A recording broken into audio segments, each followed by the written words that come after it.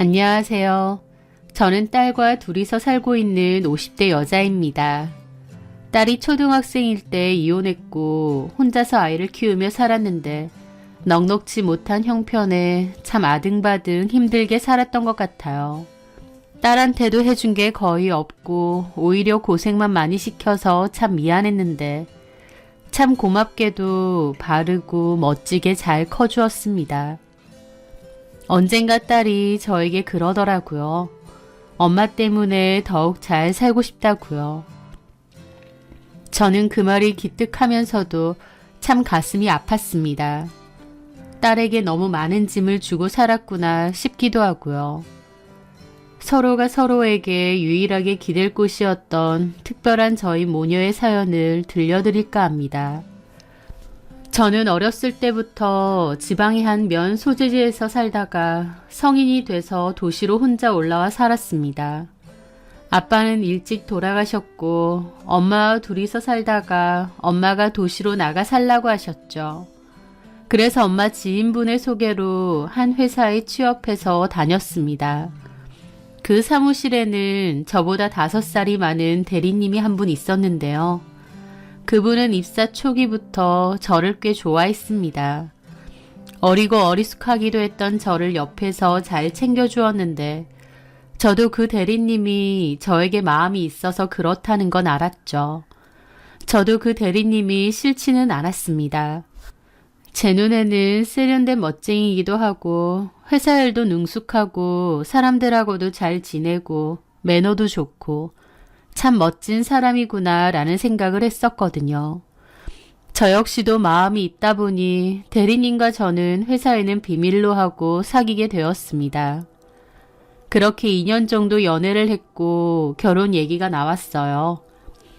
대리님은 좀 빨리 결혼을 하고 싶어 했고 저 역시도 가정을 꾸려 안정적으로 살고 싶은 마음이 컸습니다. 저는 자취를 하며 혼자 살았는데 여자 혼자 살다 보니 불안하고 무서웠죠. 그래서 대리님이 결혼을 하자고 했을 때 저도 몹시 기뻐했었습니다. 그런데 대리님네 부모님은 저를 격렬히 반대하셨습니다. 집안도 별 볼 일 없고 아빠는 일찍 돌아가셔서 안 계시고 촌티 팍팍 나는 제가 마음에 안 든다고 하셨죠. 결혼 인사를 갔는데 제가 거실에서 기다리고 있는데도 어머님은 방 밖으로 나오지도 않으실 정도였습니다. 그나마 아버님은 거실에 나와는 계셨고요. 아버님이 어머님더러 좀 나와보라고 하는데도 어머님은 결혼 누가 허락한다고 여기를 오느냐고 대놓고 반대하고 저를 싫어하시더라고요.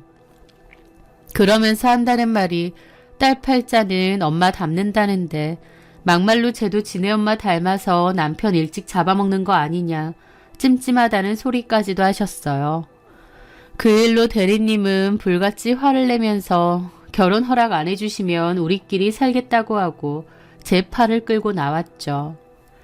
저는 저 때문에 남편과 시부모님 사이가 안 좋아지는 것 같아서 미안했고 결혼을 안 할 생각도 있었습니다.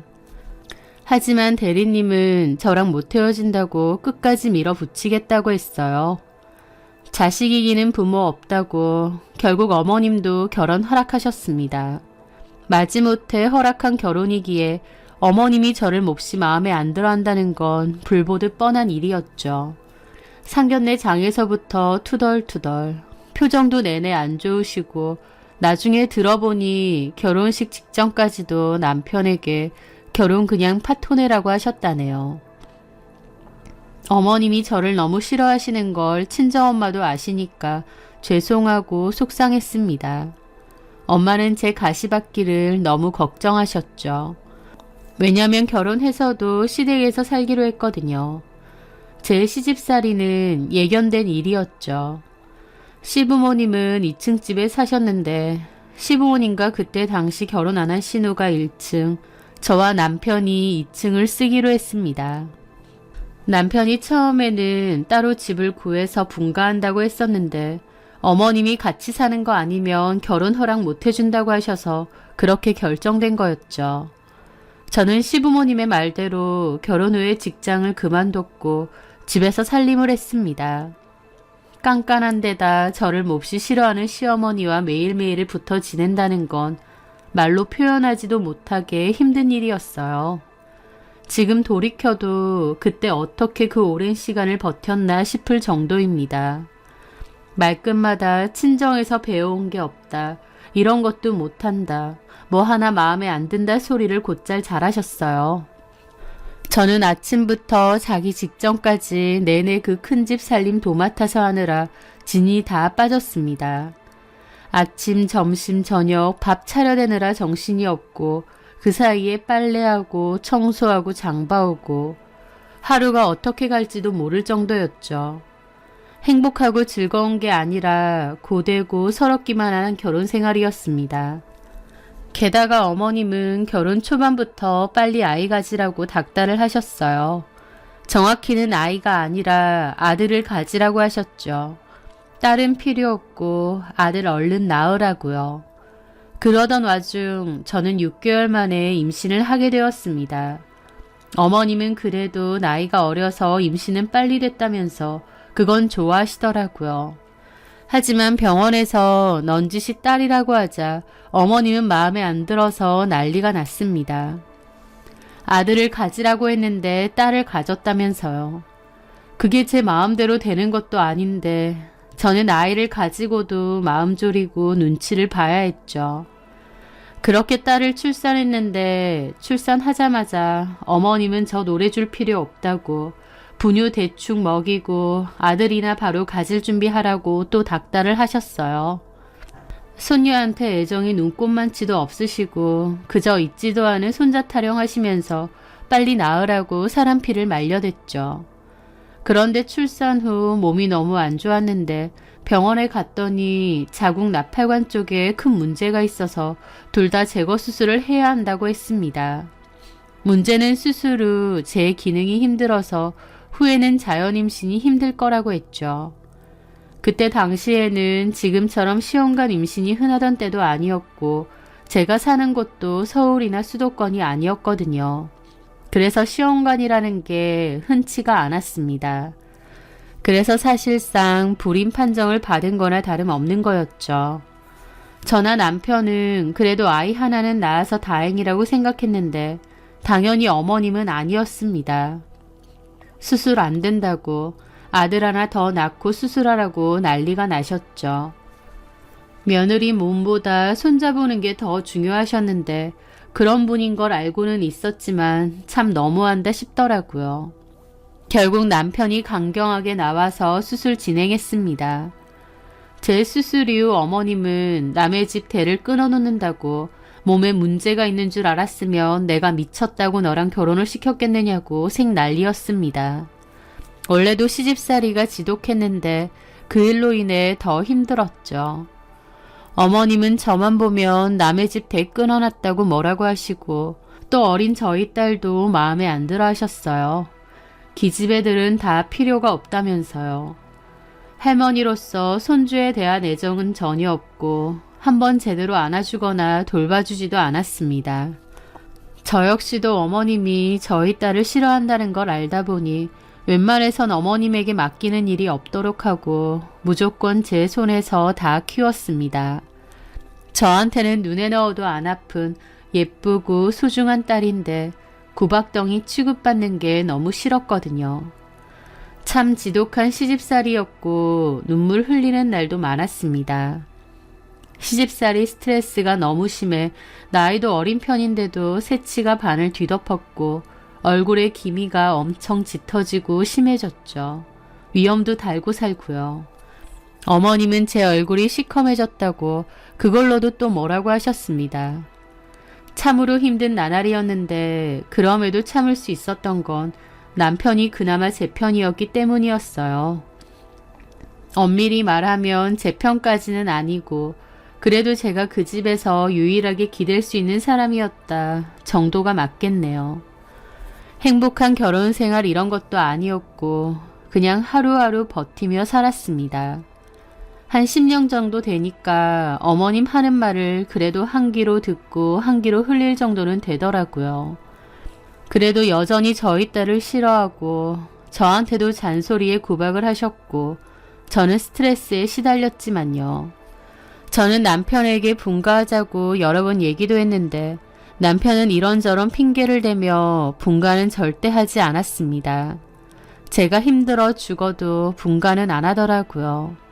그런 남편의 태도를 지켜보면서 아, 남편도 내 편은 아니구나. 그냥 어머님 아들이구나 라는 생각도 많이 했었죠. 그 속에서 제가 유일하게 삶의 낙처럼 느낀 것이 바로 저희 딸이었습니다.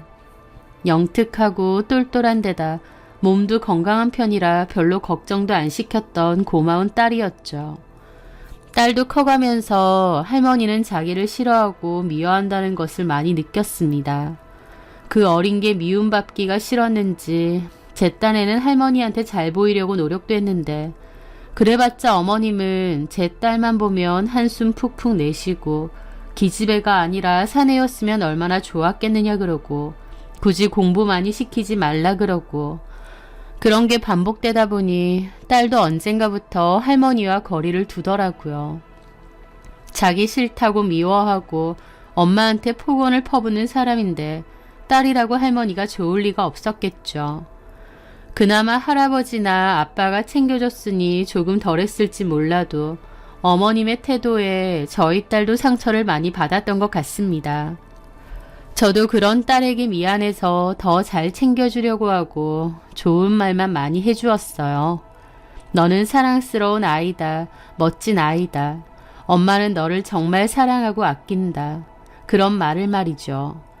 제가 해줄 수 있는 게 그런 것밖에 없더라고요. 그래도 팍팍한 결혼 생활에 제 딸의 존재가 있어서 그나마 행복했었다고나 할까요? 그런데 그런 제 인생에 크나큰 변화가 생기는 일이 있었습니다. 딸이 10살일 때 멀리 사는 신우가 집에 놀러 왔어요. 신우는 아들 둘에 딸 하나를 키웠죠. 아이들을 저에게 다 맡기고 어머님과 둘이서 외출을 한다고 했습니다. 저보고 애들 밥도 좀 차려주고 돌봐달라고 하더라고요. 저는 알겠다고 했죠. 그렇게 애들 밥을 준비하고 있는데 신우네 애들은 엄청 개구쟁이들이거든요. 무당탕 하면서 온 집안을 헤집고 다니더라고요. 저희 딸은 2층 방에서 책을 읽고 있다가 시끄러우니까 내려와서 식탁 의자에 가만히 앉아 있었죠. 조그마한 게 할머니한테 배웠는지 누나인 저희 딸을 무시해대니 저희 딸도 동생이라고 해도 친하게 안 지냈습니다. 그런데 신우 아이들이 거실에 전시되어 있던 어머님 접시를 가지고 노는 겁니다. 그 접시는 어머님이 외국 여행 갔을 때 사온 거라는데 장식용으로 거실에 진열해 두었거든요. 그런데 애들이 그 접시를 막 핸들처럼 가지고 노는 겁니다. 저는 멀리서 그거 만지지 말고 내려놓으라고 했죠. 깨지면 큰일 난다고요.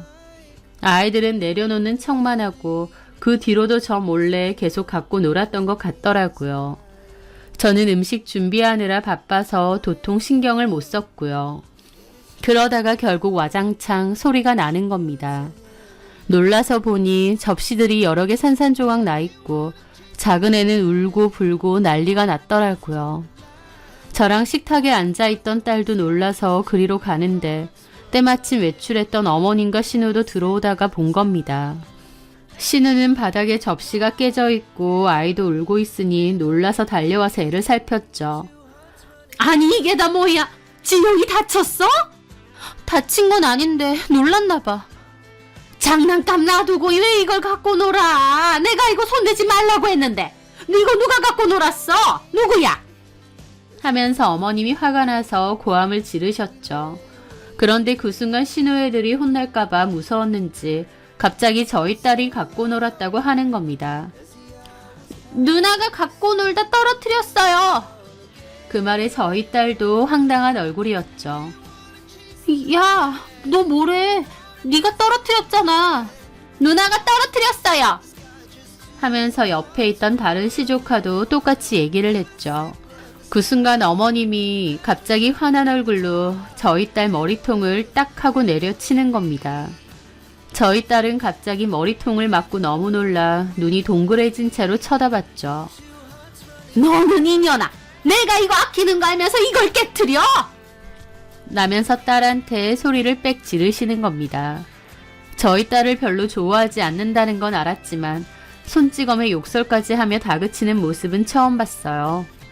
저희 딸도 눈치가 빨라서 웬만해선 할머니 곁에 잘 안 있으려고 하고 피했었거든요. 그런데 저희 딸이 하지도 않은 일로 저렇게 역정을 내시고 딸의 눈에 눈물이 그렁그렁하니 지켜보는 저도 눈이 돌아갔죠. 지금 뭐 하시는 거예요? 그거 선아가 깨트린 거 아닙니다. 선아가 그런 행동을 할래요? 그리고 설령 깨트렸다고 해도 욕하면서 애머리를 그렇게 때리는 행동이 맞으세요? 저는 평소에는 어머님이 폭언을 해도 그냥 네네 하고 참고 군소리 안 하는 편이에요. 하지만 저희 딸을 건드리니 저도 눈이 돌아가더라고요. 진호가 얘가 그랬다잖아. 어머님은 손자말이라면 무조건 맞아요? 진호랑 진서가 갖고 놀다 깬 거예요. 하지 말라고 해도 자기들 마음대로 갖고 놀다 깬 거라고요. 그러면 누나가 돼가지고 동생들 이런 거 갖고 놀면 다 이러고 말릴 줄 알아야지. 누나라고 해봤자 2살 많아요. 그리고 어머님이 평소에 저희 선아를 얼마나 무시했는데, 쟤네들 앞에서도 얼마나 저랑 선아를 무시했는데 쟤네가 누나 말이라고 듣겠어요? 지금도 보세요. 지들이 잘못해놓고 선아 탓 돌리는 거. 너 그래서 지금 눈에 쌍심지 켜고 시애미한테 달려드냐? 진짜 해도 너무하시네요. 선아도 어머님 손주예요. 저도 더 이상은 못 참습니다. 못 참으면 네가 어쩔 건데. 나 참. 언니, 엄마한테 말이 심하시네요. 넌 닥쳐. 네 새끼들 교육이나 똑바로 시켜. 망아지 마냥 날뛰게 하지 말고. 뭐라고요?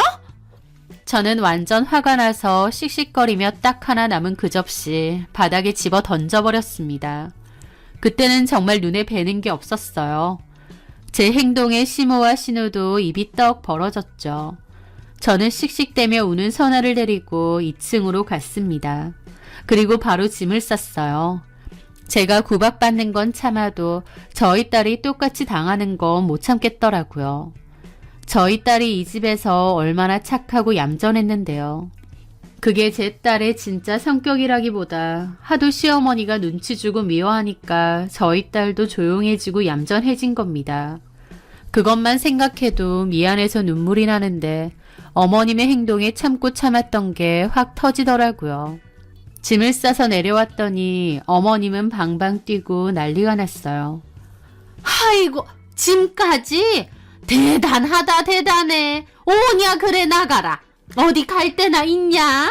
너 지금 나가면 다시는 돌아올 생각하지 마라. 이 집에 팔들일 생각 마. 네, 저도 이 집에 다시는 안 돌아옵니다. 저는 그렇게 그 집을 떠났습니다. 하지만 무작정 나오긴 했지만 갈 데가 없더라고요. 일단은 가방을 들고 선아랑 걸었습니다. 선아도 아무 말 없이 따라오더라고요. 그렇게 정처 없이 가다가 공원에 앉아 있었는데 눈물이 막 터져나왔습니다. 그렇게 제가 서럽게 우는데 저희 딸이 울지 말라며 저를 달래주더라고요. 저는 선아를 끌어안고 울었고 선아도 같이 울면서 저를 토닥여 주었죠. 친정으로 가고 싶어도 너무 멀었기에 잠시 고민하다가 친한 언니네로 갔습니다. 그 언니는 좀 놀랐지만 그래도 기꺼이 받아주시더라고요. 언니는 남편 회사에 전화를 걸어서 자초지종을 설명한 모양이고 남편이 퇴근 후에 언니네 집으로 달려왔습니다. 저는 남편 앞에서 울면서 내가 구박받는 건 참아도 우리 선아가 구박받는 건 못 참겠다. 우리 선아가 뭘 잘못했느냐며 울었죠.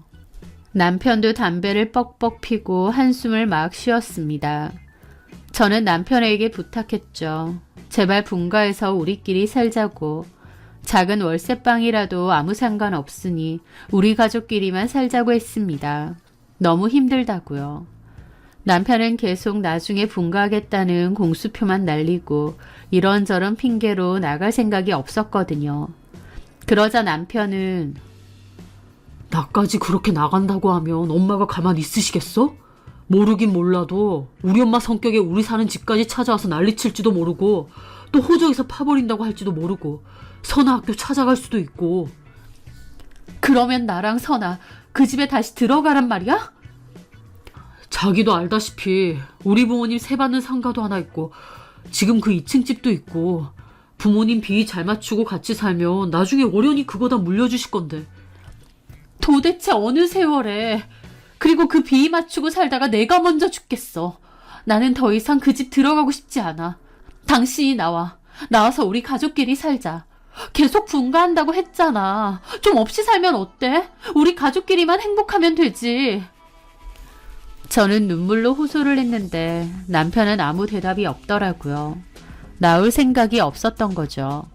그러더니 갑자기 한다는 소리가 차라리 이건 어때? 뭐? 가짜 이혼을 하는 거야. 내가 엄마한테는 자기랑 결국 헤어졌다고 할게. 뭐? 이혼? 남편의 입에서 이혼 소리가 나오니 심장이 덜컹하더라고요. 하지만 남편은 진짜 헤어지는 게 아니라 엄마 보기에만 이혼을 하자는 겁니다. 방 하나 구해줄 테니 거기서 선아랑 살고 있고 남편이 틈틈이 온다고 하더라고요. 저는 죽어도 다시 그 집으로 들어갈 생각이 없고 남편은 부모님의 뜻을 거역하기가 힘들다고 하니 생각해낸 대안이었죠.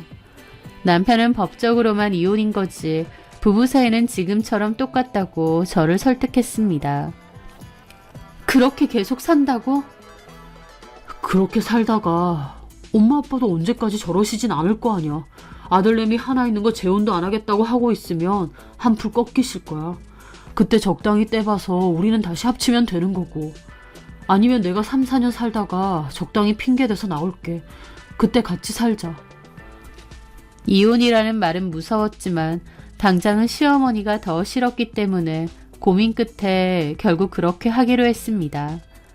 저는 남편이 하라는 대로 이혼 서류에 도장을 찍었고 남편과 저는 법적인 이혼 사이가 되었어요. 남편은 시부모님께 이혼하겠다는 뜻을 밝혔고 시부모님도 차라리 그렇게 하고 다른 여자 만나서 아들 가지라고 하셨다네요.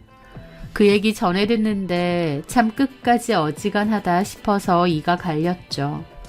그 후 남편은 방 2개가 달린 전셋집 하나를 제 명의로 구해주었고 매달 양육비 명목의 생활비를 보내주었습니다.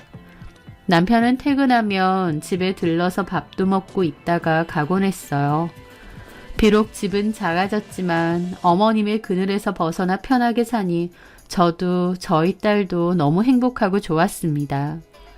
저는 하루 종일 반복되는 집안일의 늪에서 벗어나니 숨통이 트였고 저희 딸도 점차 밝고 활발한 모습을 찾아가더라고요.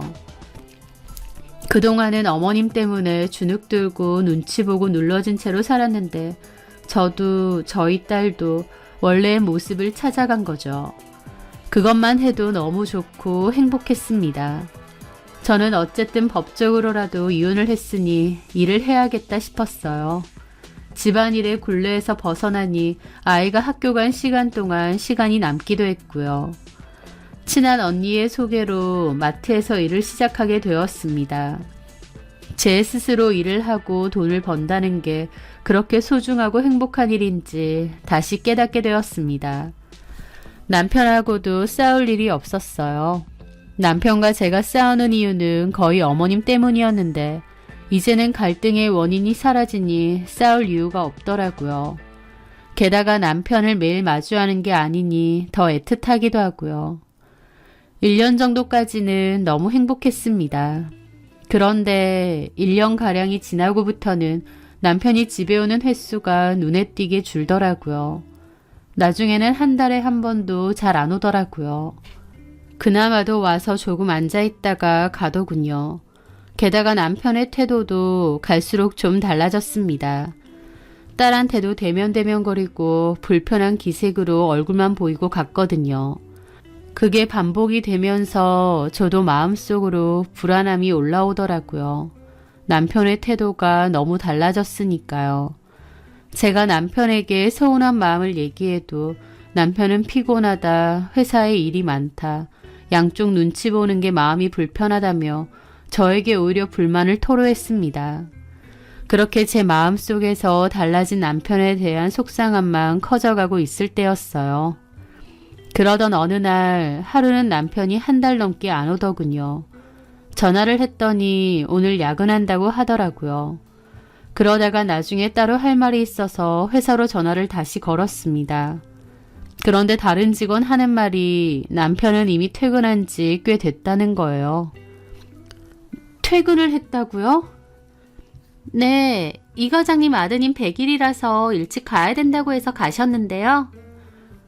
라는 겁니다. 그 말에 저는 어리둥절했죠. 아들이라뇨? 이정수 과장 얘기하는 거 맞나요?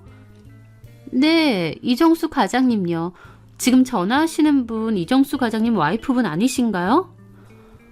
맞아요. 아드님 100일이라고 정시에 급하게 가셨어요. 식당 예약도 해놨다고 하시고요. 그 말에 저는 뭔가 잘못됐구나 느껴지더라고요. 전화를 끊고도 저는 이게 다 무슨 소릴까 싶었습니다. 남편과 제 사이에는 저희 딸 하나뿐인데 아들은 뭐며 그 아들이 100일이 되었다니요. 저는 시댁을 가보기로 했습니다. 이게 다 무슨 일인지 왠지 가봐야 될 것 같더라고요. 그냥 뭔가 가야 될 것 같은 기분이 들었습니다. 그렇게 시댁에 도착했는데 막상 도착하고 나니 뭘 어떻게 해야 될지 모르겠더라고요. 이제 와서 초인종 누를 수도 없고요. 그래서 그냥 돌아갈까 하던 차에 때마침 남편 차가 저 멀리서 오는 겁니다. 저는 황급히 몸을 숨겼죠. 그렇게 멀리서 지켜보니 남편이 싱글벙글한 얼굴로 내리고 조수석에서는 아버님이 내리셨어요. 그리고 뒷좌석에는 어머님과 함께 처음 보는 여자 한 명이 아이를 안고 내리는 겁니다. 화기애애한 분위기 속에서 집 안으로 들어가는데 모르는 사람이 보면 평범하고 단란한 가족처럼 보이겠더라고요. 제 입장에서는 기가 막힐 노릇이죠. 도대체 저 여자는 누구며 저 여자가 안고 있는 아이는 누구란 말인가요? 저는 충격을 받은 채로 그리로 다가갔습니다. 난데없이 제가 나타나니까 어머님은 표정이 몹시 험악해지더라고요. 그리고 남편과 그 여자는 서로 눈치를 힐끗 보고요. 너 뭐야? 이혼하고 집 나간 주제 여기가 어디라고 찾아와? 라며 따지시는데 어머님은 눈에 보이지도 않았습니다. 저는 남편에게 말했죠. 이 여자 누구야? 얘는 누구고? 저기 일단 나랑 따로 얘기하자. 보면 모르니? 우리 손자다. 너는 낳지도 못한 아들 우리 새며느리가 낳아줬다. 손자라니, 새며느리라니 너무 충격이더라고요. 남편은 저에게 따로 얘기 좀 하자고 했습니다. 이게 어떻게 된 일이야? 새며느리라니, 손주라니. 미안하다.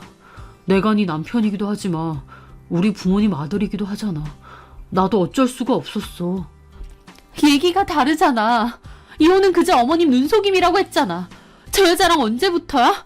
가만히 있어봐. 애가 벌써 100일이면 임신 기간까지 했으니. 그제야 알겠더라고요. 제가 제대로 남편에게 놀아놨다는 것을요.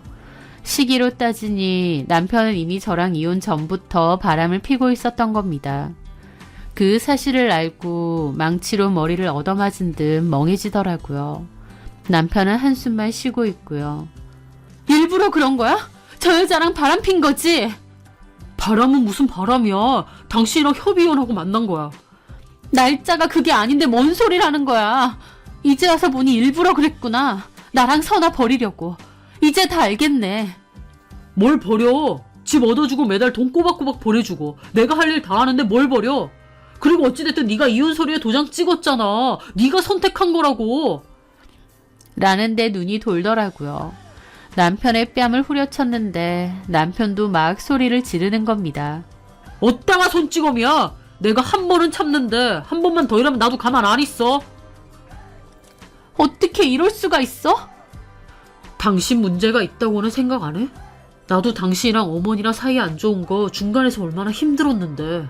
엄마는 당신 마음에 안 들어하고 당신은 툭하면 분가하자고 하고. 솔직히 우리 엄마가 큰 거 바랬어?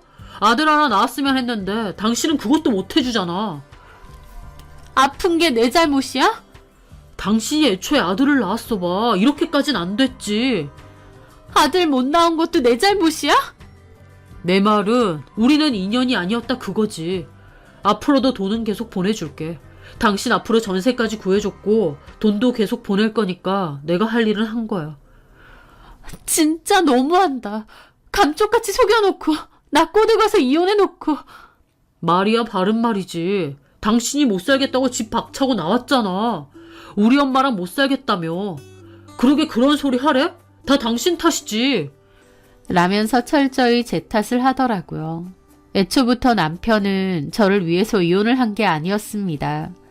저랑 결혼 생활 도중 저 여자랑 바람이 났을 거고 저 여자가 아이도 가졌겠죠. 핑곗거리 생각하다가 옳다구나 싶어서 이혼을 한 거였습니다. 저는 아무것도 모르고 남편이 하란 대로 서류에 도장 찍었고요. 기가 막히고 눈물이 앞을 가렸습니다. 남편은 냉정하게 우리는 법적으로 이혼한 사이라고 하고 돌아가 버렸고 남편에게 저와 딸이 버림받았다는 것을 깨닫게 되었습니다. 저는 집으로 돌아왔고 딸에게는 내색을 안 하려고 했어요. 하지만 속은 미어지고 눈앞이 캄캄해지더라고요. 남편을 많이 의지했던 만큼 배신감과 충격이 컸습니다. 저는 그 후로도 남편을 몇 번 찾아가 생각을 돌리라고도 했습니다.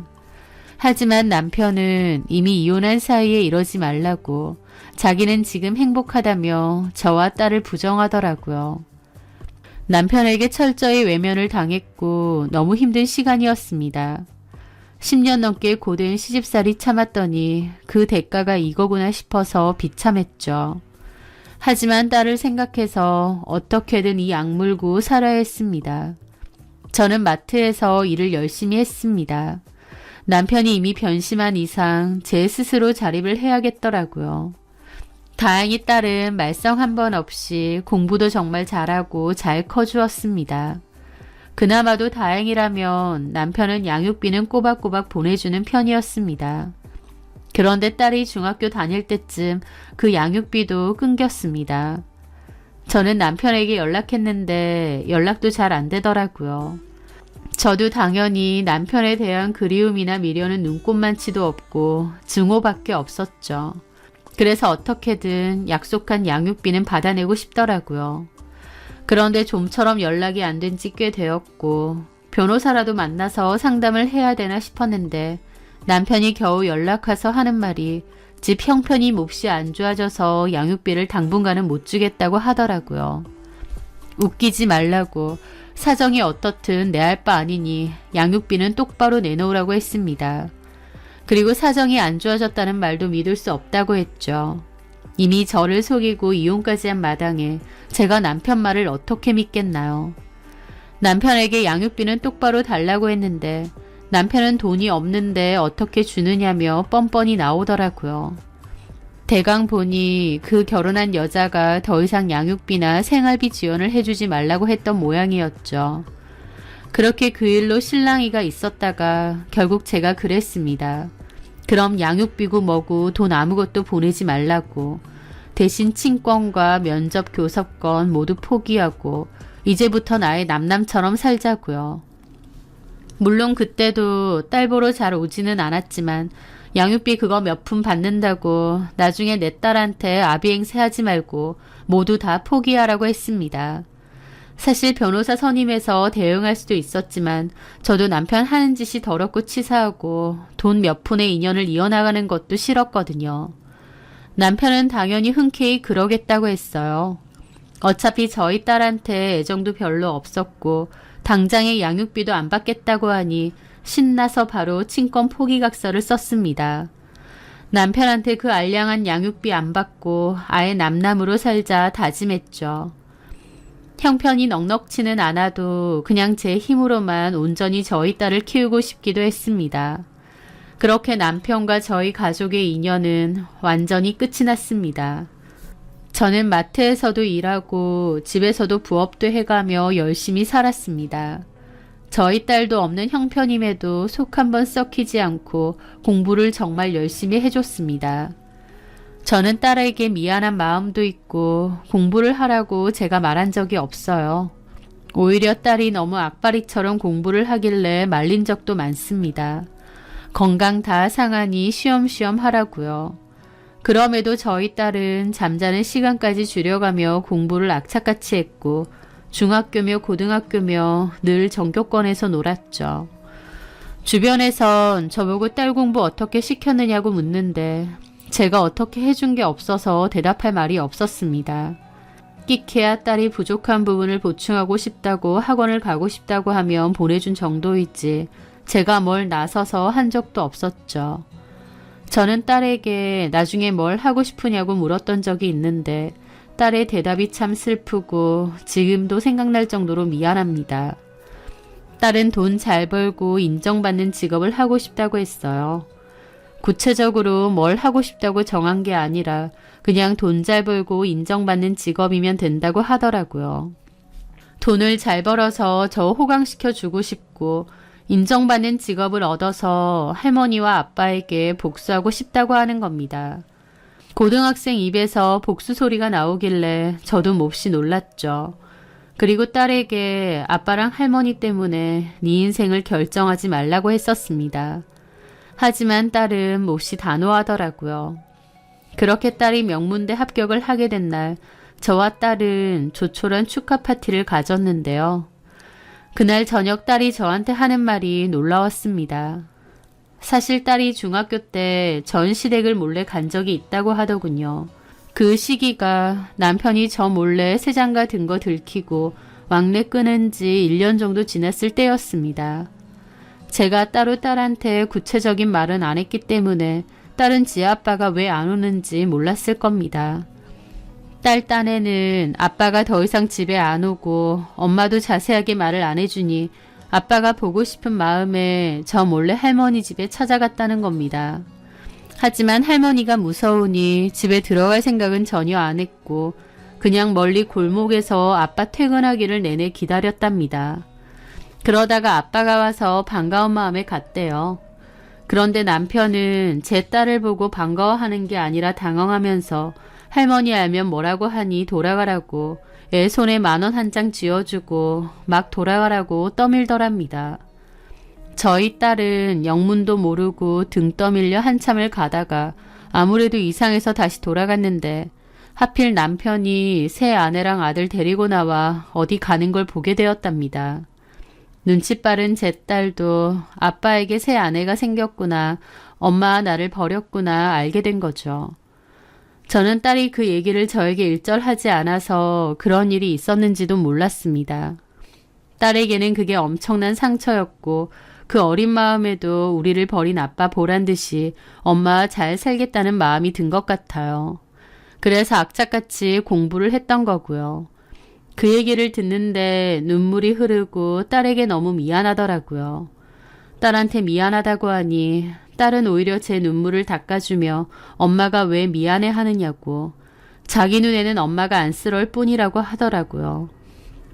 그러면서 자기 마음속에도 아빠는 죽은 거나 다름없다고 했습니다. 매정하게 나를 돌려보냈던 차가운 눈빛의 그 아빠. 더 이상 찾아오지도 않고 우리가 어떻게 사는지 궁금해하지도 않는 그 아빠. 새로운 아내와 아이에게만 온통 사랑을 주던 그 아빠를 우리도 완전히 버리자고 하더라고요. 저도 그러자고 했습니다. 우리끼리 얼마든지 잘 사니까 앞으로도 그렇게 살자고 했죠.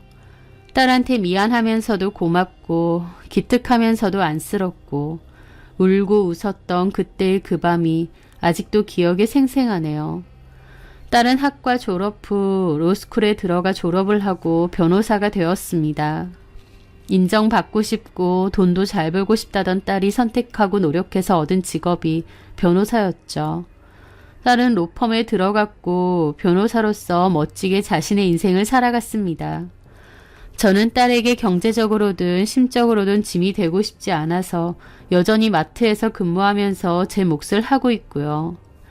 딸과 저는 당연히 전과 비교도 안 되게 안정적인 삶을 살게 되었죠. 상처가 가득했던 지난 이야기를 이제는 좀 가볍게 주고받을 수 있을 정도로요. 그렇게 딸과 서로를 의지하며 잘 살아가고 있던 때였습니다. 그날은 딸과 제가 쉬는 날이 잘 맞아서 같이 쇼핑도 하고 밥도 먹고 오기로 했어요. 딸이 저한테 옷도 선물해주고 즐거운 시간을 보냈죠. 그리고 분위기 괜찮은 카페를 알아봐 놨다며 가보자고 했습니다. 저와 딸은 야외 테라스에 앉아서 커피를 마시고 있었어요. 화창한 날씨에 여유로운 느낌을 만끽하고 있었죠. 그런데 무슨 고약한 운명처럼 그 인간을 다시 만났습니다. 저 멀리서 노숙자 같은 남루한 행색을 한 남자가 걸어왔고 주변에서는 다들 피하더라고요. 테라스에 앉아있던 저도 별 생각 없이 보다가 그 남자와 눈이 마주쳤는데 그 순간 누군지 알겠더군요. 전 남편이었습니다. 저도 놀랐고 전 남편도 놀라서 테라스 울타리 가까이 다가오더라고요. 맞지? 주성이 맞지? 하면서요. 주성이는 제 이름입니다. 저는 너무 놀랐고 전 남편은 고개를 돌려 앞에 앉아있던 딸을 보더라고요. 선아 맞지? 아빠야, 선아야. 막 그러면서 팔을 뻗어 제 딸을 잡으려고 하는 겁니다. 저랑 딸은 놀라서 일어났고 카페 안에 있던 사장이 테라스로 뛰쳐나오더라고요. 그러면서 남편을 저지했습니다. 아저씨 뭡니까? 카페 손님한테 이러지 마시고 갈 길 가세요. 내 딸이야. 내 마누라고. 네? 선아야, 아빠야, 아빠. 라는데 저희 딸도 얼굴이 완전 일그러져서 전 남편을 보고 있더라고요. 혹시 아버지세요? 사장의 물음에 저희 딸이 냉정하게 그러더군요. 아니요. 그 순간 사장은 화가 난 얼굴로 전 남편에게 따졌죠. 당장 안 가면 경찰 부를 거라고요. 그러면서 저희 보고 혹시 모르니 카페 안으로 들어가 계시라고 하더라고요. 전 남편은 내 딸하고 마누라라면서 막 소리를 질렀고 사장은 결국 폰까지 들어서 경찰에 신고를 하려 했습니다. 그 모습에 전 남편도 놀라서 도망치더라고요. 저와 딸은 카페 안에서 놀란 마음을 진정시키고 있었죠. 사장이 잠시 후 다시 들어왔습니다. 많이 놀라셨죠? 저쪽 역에 있는 노숙자인가 봐요. 괜찮으세요? 괜찮아요. 커피 잘 마셨어요. 선아야, 우리 그만 가자. 그리고 저와 딸은 놀란 가슴을 진정시키며 그곳을 빠져나왔습니다. 그런 곳에서 전 남편을 만나게 될 줄도 몰랐고 그 남루한 행색도 충격적이었죠. 15년 정도가 흐른 뒤에 만난 전 남편이 갑자기 노숙자가 되어 있다니요. 저희 딸도 무표정이긴 했지만 상당히 놀라고 충격받은 듯 했습니다. 그렇게 카페에서 나와서 주차장으로 가는데 누군가 쫓아와서 가로막는 겁니다. 보니까 전 남편이더라고요. 카페 사장이 신고를 하니까 도망간 척 했다가 멀리서 지켜보고 있었던 모양이었습니다. 전 남편은 저와 저희 딸을 막 훑어보는데 눈에서는 눈물까지 그렁그렁 한 겁니다. 이게 몇 년 만이야. 선아야, 너 정말 많이 컸다. 그래도 알아보겠어. 내 딸이라서 한눈에 알아보겠다. 당신도 얼굴 많이 좋아졌네. 그러는데 전 남편은 얼마나 씻지도 않았는지 냄새까지 나더라고요. 저는 단호하게 말했죠. 내 딸한테 손대지 마. 경찰 신고할까? 여보, 성이야. 여보라니. 이혼하고 남남된 지가 언젠데 당장 안 비켜? 성이야, 선아야, 내가 미안하다. 내가 천벌 받은 것 같다. 그래도 이렇게 다시 만나니 얼마나 좋은 줄 알아? 하면서 갑자기 흐느끼는 겁니다. 미친 줄 알았죠. 어디다가 이름을 불러. 이제 아무 사이도 아닌데. 그딴 건 당신 와이프한테나 해. 그랬더니 전 남편 눈이 횟가닥 하더라고요. 그년 말도 하지 마. 그년하고 그 자식 때문에 내 인생 망했어. 라며 부들부들 하는 겁니다. 저는 전 남편을 무시하고 가려는데 남편은 다시 딸을 잡더라고요. 딸 역시도 뿌리치며 단호히 말했죠. 저는 아빠 없습니다. 저 중학교 때 찾아갔더니 할머니 알면 큰일 난다고 10,000원 줘서 돌려보내고 그 아줌마랑 웬 남자 하나 데리고 어디 가시대요? 양육비 몇 푼도 아까워서 친권, 면접, 교섭권 다 포기하고 아빠라는 자격 자체도 다 던진 사람이 당신 아닌가요? 저나 엄마나 아빠라는 존재 필요도 없고 죽었다고 생각할 겁니다. 한 번만 더 우리 앞 가로막거나 질척이면 나도 더는 안 참아. 수단과 방법 가리지 않고서라도 당신 무조건 끝장낼 거야. 딸의 서슬퍼런 말에 전 남편도 움찔 놀라더라고요. 딸은 폰을 내밀었습니다. 신고할까요? 그냥 가실래요? 전 남편은 황망한 표정이었습니다. 딸은 저보고 가자고 하더니 두세 걸음 뒤에 멈추더라고요. 그러더니 지갑에서 10,000원짜리 한 장을 꺼냈습니다. 그리고 전 남편에게 가더니 전 남편 옷주머니에다 그 10,000원을 쑤셔 넣더라고요. 나 버렸을 때 당신이 내 손에 쥐어준 거. 이거 갚았고 이제 진짜 당신하고 나하고는 아무 사이 아니야. 딸은 그렇게 말하고 저를 데리고 그곳을 벗어났습니다. 전 남편은 황망한 얼굴로 저희를 쳐다보고 있더라고요. 돌아오는 길에 기분이 참 싱숭생숭했죠. 딸도 단호하게 말은 했지만 아빠가 왜 그렇게 됐는지 궁금하고 기분이 이상했던 모양이었어요. 그 후 딸은 전 남편이 왜 그렇게 됐는지 따로 알아봤다고 했고 저에게 얘기를 해주더라고요. 그 얘기는 놀라웠죠. 전 남편이 저와 딸을 속이고 아들 임신했던 상간녀와 도둑결혼을 했었잖아요. 처음에야 원하던 손자를 얻었으니 시부모님도 좋아하고 물심양면으로 다 퍼주었던 것 같더라고요. 하나 있는 손자 오냐오냐 해가며 해달라는 거 다 해주고 온 집안 식구들이 쩔쩔맸다고 합니다. 그렇게 키워놓으니 그 아들도 완전 아나무인이었대요. 그런데 중학교 들어가고 나서 본격적으로 사고를 치기 시작했답니다. 어린 나이에 친구들 사이에 돈 문제 일으키고 학교에서도 문제 일으키고 사고를 치기 시작했다더군요. 전 시모가 손자 사랑이 대단해서 발벗고 나서서 돈으로 해결하고 수습하고 다녔답니다. 손자를 뭐라고 할 생각은 안 하고 그저 오냐오냐 하면서 사고친 거 돈으로만 수습하니 그 아이가 제대로 컸겠나요. 갈수록 사고치는 스케일도 커지고 학교에서도 소문난 문제였답니다. 선생님들도 두 손 두 발 다 들 정도로요. 나중에 불량배들하고 어울리고 가출하고 집에 있는 돈이며 금품 들고 나르고 그러다가 고등학생밖에 안 된 나이로 인터넷 도박하고 지네 엄마 아빠 주민등록증 훔쳐다가 불법 사채까지 써제꼈답니다. 불법 사채 쓴 걸 나중에 알리는 바람에 빚이 눈덩이만큼 커졌고 그거 수습한다고 그나마 있던 꼬마 상가며 집까지 정리를 했다고 합니다. 엎친 데 덮친 격으로 전 남편도 회사 나와서 사업한답시고 집안 돈을 꽤나 썼다고 하는데 전 남편 이름으로 그렇게 불법 사채까지 쓰고 다녔으니 사업에 필요한 은행 대출도 더 이상 안 되고 집이 급격하게 망해갔던 거죠. 이래저래 그나마 있던 재산 다 바닥나고 집도 작은 데로 옮겨서 다 모여 살았답니다. 자기 잘난 맛에 살던 콧대 높은 전 시모까지도 아는 지인네 상가에서 일을 할 정도로 가세가 기울었다고 했습니다. 그 와중에 전 시모가 몸이 아파서 수술을 하기로 했다는데 그 손자가 수술비까지 몽땅 들고 가출해서 날랐다더군요. 그 일로 전 시모도 완전히 충격받고 알아누웠고 집안은 풍비박산이 났다고 했습니다. 그런데 그 뒤에도 그 망나니 아들이 돈 내놓으라고 집 찾아오고 돈 안 주면 집안을 때려 부수고 심지어 본인 아버지인 전 남편한테도 심한 폭행을 행사했다네요. 결국 경찰에 신고하고 그 아들은 도망갔다는데 그 아들이 어떻게 애비가 아들을 신고하냐며 악에 받쳐서는 신고한 지네 아버지를 가만두지 않겠다고 협박을 하고 갔답니다.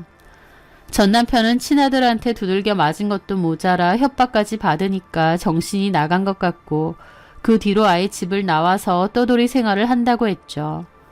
딸도 그 사실을 다 알아보고 나서 너무 놀랐고 저한테 바로 그 사실들을 다 알려주더라고요.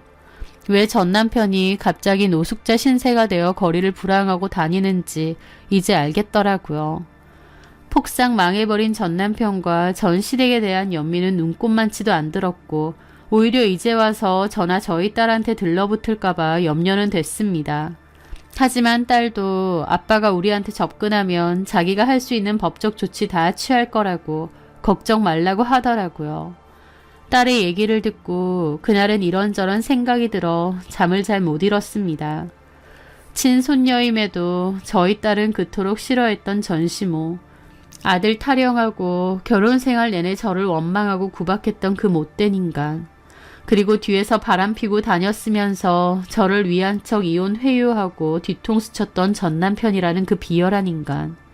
지금 생각해도 이가 갈리는 그 인간들의 말로가 이토록 비참해질 수가 있나 싶어서 기분이 묘하더라고요. 그렇게 아들 거리더니 그 아들은 완전 망나니꾼이라 집안 쫄딱 망하게 하고 할머니 수술비까지 들고 도망가는 페류나에 지네 아빠에게 죽이네 마네 협박까지 하다니 참 그놈의 자식 농사 잘도 지었구나 비웃음이 나고요. 아비로서 남편으로서 도망쳐버렸던 전남편. 죄짓고 살면 안 된다더니 그 꼴이 참 기가 막히네요. 반면 외면했던 저희 딸은 보란듯이 착하고 바르게 또 능력 있는 한 사람으로 잘 자라주었습니다. 이게 딸이 말하던 그 복수가 아닌가 싶더라고요. 저는 딸한테 고마우면서도 한편으론 늘 미안한 마음이 있습니다. 딸은 그러지 말라고 해도 나 때문에 그 미움을 받게 한 것 같아 미안함이 잘 가시질 않네요. 딸은 저 때문에 잘 살고 싶다고 했는데요. 앞으로라도 제가 아니라 본인을 위해서 본인만을 생각하며 잘 살았으면 좋겠습니다. 저 역시도 그런 딸을 잘 지켜보고 응원하며 엄마로서의 제 역할을 충실하려고 하고요. 제 사연 들어주셔서 감사합니다.